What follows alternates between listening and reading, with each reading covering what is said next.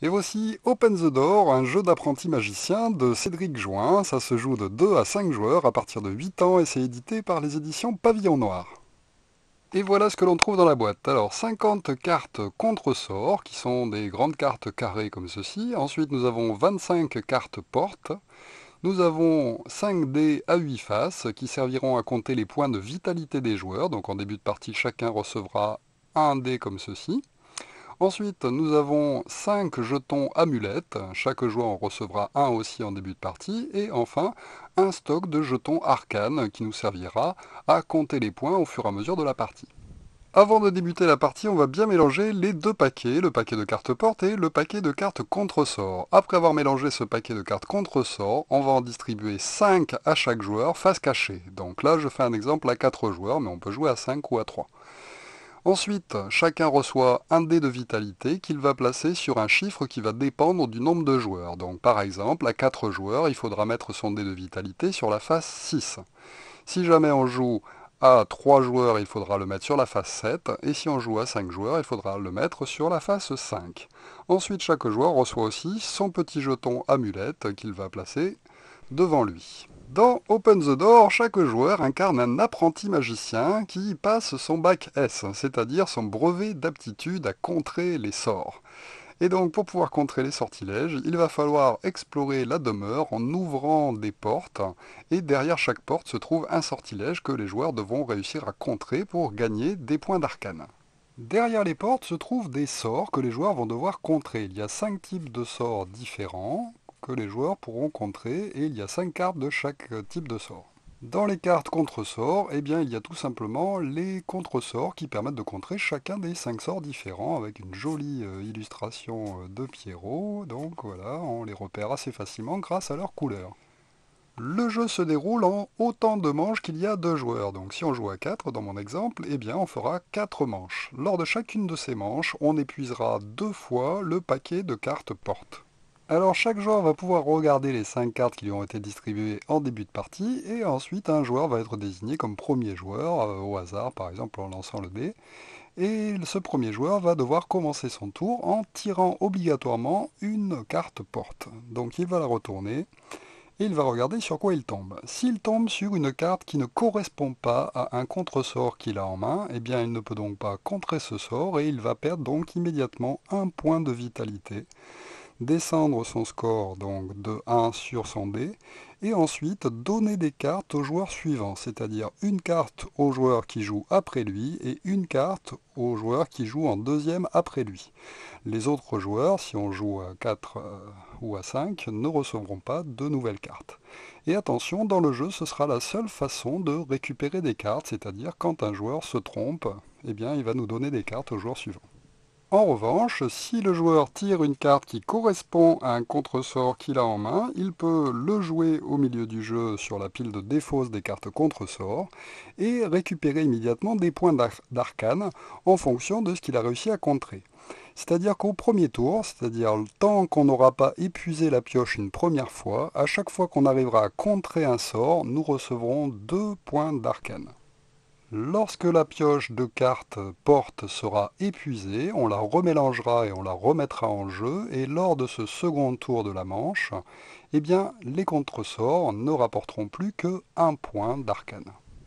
On résume, lorsque c'est un joueur, il pioche donc une carte, et ensuite il voit s'il peut ou non contrer le sort. Dans un cas comme dans l'autre, c'est à lui de décider s'il arrête son tour ici pour qu'on passe au tour du joueur suivant, ou s'il désire ouvrir une autre porte pour tenter de réaliser un nouveau contresort. Donc par exemple, mon joueur pourrait décider de tirer une nouvelle carte. Aïe, pas de chance, cette fois-ci c'est une carte dont je n'ai pas le contresort. Je perds donc un point d'arcane. Hop, je passe à 5, on imagine que j'étais à 6. Je donne une carte à chaque joueur suivant. Et ensuite, je décide encore à nouveau. Est-ce que je décide de continuer ou de m'arrêter? Donc là, dans ces cas-là, ben, je pourrais par exemple me dire, bon, c'est que le début du jeu, donc je vais peut-être pas perdre trop de points de vitalité, et je vais passer le tour au tour du joueur suivant. J'arrête là. Lors du tour du joueur suivant, il est donc obligé d'ouvrir la première porte. Ah, c'est un sort rouge, très bien, je peux le contrer, je marque donc 2 points d'arcane, et je décide de continuer parce que je suis un grand malade. Super, je l'ai, je fais à nouveau un contresort, je marque encore 2 points. Et puis là, je décide de m'arrêter puisque je n'ai que 3 couleurs en main et que j'ai peur, vu qu'il y a 5 couleurs en jeu, de ne pas tomber sur une bonne. Je décide de m'arrêter et on passe donc au tour du joueur suivant. Et on continue ainsi de suite la partie jusqu'à ce qu'on ait épuisé donc toutes les cartes portes. Une fois que c'est fait, on remélange ces cartes, on les remet ici, c'est parti pour le second tour de la manche. Et lors de ce second tour, je vous le répète, à chaque fois qu'on réussira à contrer un sort, ils ne seront plus payés que par un point d'arcane. Voyons maintenant ce qu'il se passe lorsque je perds mon dernier point d'arcane. Alors ça peut arriver qu'en cours de partie, ça soit à vous de jouer, vous tirez une carte qui ne correspond pas au contresort que vous ayez en main. À ce moment-là, vous perdez votre dernier point d'arcane et vous êtes donc éliminé de la manche en cours.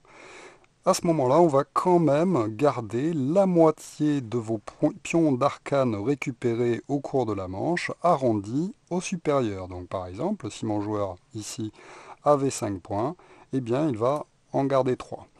À ce moment-là, il va défausser les cartes qu'il avait en main, et c'est terminé pour lui. Il ne jouera plus, les autres joueurs, lors de la distribution de cartes, ne lui en redistribueront pas jusqu'à la fin de la manche. Lorsqu'on va épuiser le paquet de cartes porte une deuxième fois, eh bien la manche en cours sera terminée. Chacun comptera les points qu'il a accumulés au fur et à mesure de la partie, on le notera sur une petite feuille à côté, puisqu'on va faire encore 3 parties supplémentaires en jouant à 4.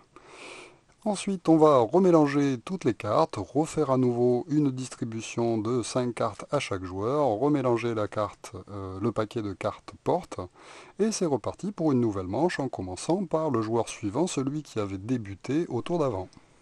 Évidemment, au début de chaque manche, les joueurs récupèrent aussi leurs points de vitalité pour en avoir le même nombre que ceux qui leur a été distribués en début de partie, c'est-à-dire 6 à 4 joueurs par exemple. Parlons maintenant de l'amulette. Nous avons effectivement un jeton amulette distribué en début de partie, et bien une seule fois dans la partie, c'est-à-dire au cours des 4 manches de notre partie à 4 par exemple, eh bien je pourrais décider d'utiliser mon amulette en la défaussant, afin de défausser toutes les cartes que j'ai en main pour en repiocher le même nombre.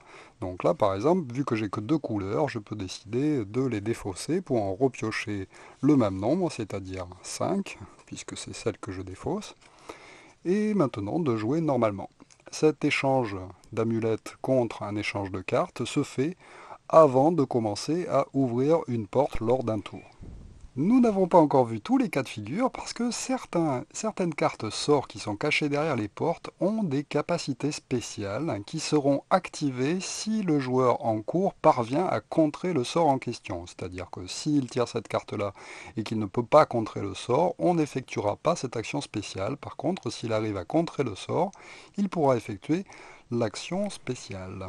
Alors, cette carte avec une main, ça voudra dire que si je parviens à contrer ce sort, eh bien j'aurai le droit d'échanger l'ensemble de mes cartes contre l'ensemble des cartes d'un autre joueur, quel que soit le nombre. Donc par exemple, si j'ai qu'une seule carte et que l'autre en a 10, ça peut être très intéressant. Je lui donne toutes mes cartes et en échange, je récupère les siennes. Le symbole avec une carte plus, eh bien ça va être piocher une carte pour tous les joueurs ou le joueur qui a le moins de cartes en main à ce moment-là du jeu. Donc on va regarder qui en a le moins. S'ils sont plusieurs à en avoir moins que les autres, eh bien chacun aura le droit de piocher une nouvelle carte contre sort. La carte avec un moins, eh bien c'est l'inverse. Si je contre ce sort-là, eh bien le joueur qui aura le plus de cartes ou les joueurs qui auront le plus de cartes à ce moment-là vont perdre une carte. Attention, le joueur qui a contré le sort est immunisé contre cet effet. Donc si c'est lui qui a le plus de cartes, eh bien il ne se passera rien. Le petit cœur avec un plus. Alors si je parviens à contrer ce sort, tout simplement le joueur qui a le moins de points de vitalité à ce moment-là va gagner un point. S'ils sont plusieurs à en avoir moins que les autres, pareil, chacun va gagner un point de vitalité supplémentaire et donc va pouvoir augmenter sa valeur de dés de 1. Le moins, eh bien c'est la même chose, le joueur qui aura le plus de points de vitalité à ce moment-là du jeu perdra un point de vitalité à condition que ça ne soit pas le joueur qui réussit à contrer ce sort qui lui est immunisé. Enfin, le petit chapeau de magicien indique juste que contrer ce sort rapportera un point d'arcane supplémentaire au joueur qui sera parvenu à le contrer. Donc si je tire cette carte et que je le contre et que nous sommes par exemple dans la première partie de pioche, au lieu de piocher 2 jetons, je recevrai 3 3 pions d'arcane, et si je suis dans le deuxième tour, je recevrai 2 pions d'arcane. Le jeu se poursuit ainsi jusqu'à ce qu'on ait fait le nombre de manches nécessaires, et évidemment, le joueur ayant engrangé le plus de pions d'arcane au fur et à mesure de la partie l'emporte. Attention, dans les parties à 3 joueurs, il faudra faire une petite préparation avant de commencer à jouer. Il faudra en effet prendre le paquet de cartes porte et retirer 5 cartes, une de chaque couleur, qui seront mises de côté avant d'entamer le premier tour de pioche, c'est-à-dire le premier épuisement du paquet. Lorsqu'on aura épuisé le paquet une première fois, on pourra réintroduire les 5 cartes, remélanger le paquet avant d'entamer la deuxième partie de la manche, et on fera ça à chaque nouvelle manche. Et voilà pour Open the Door, un excellent petit jeu de hasard et de prise de risque pour toute la famille. À partir de 7 ans, c'est très jouable. Voilà, merci de m'avoir suivi, et à très bientôt pour une nouvelle règle de jeu. Au revoir.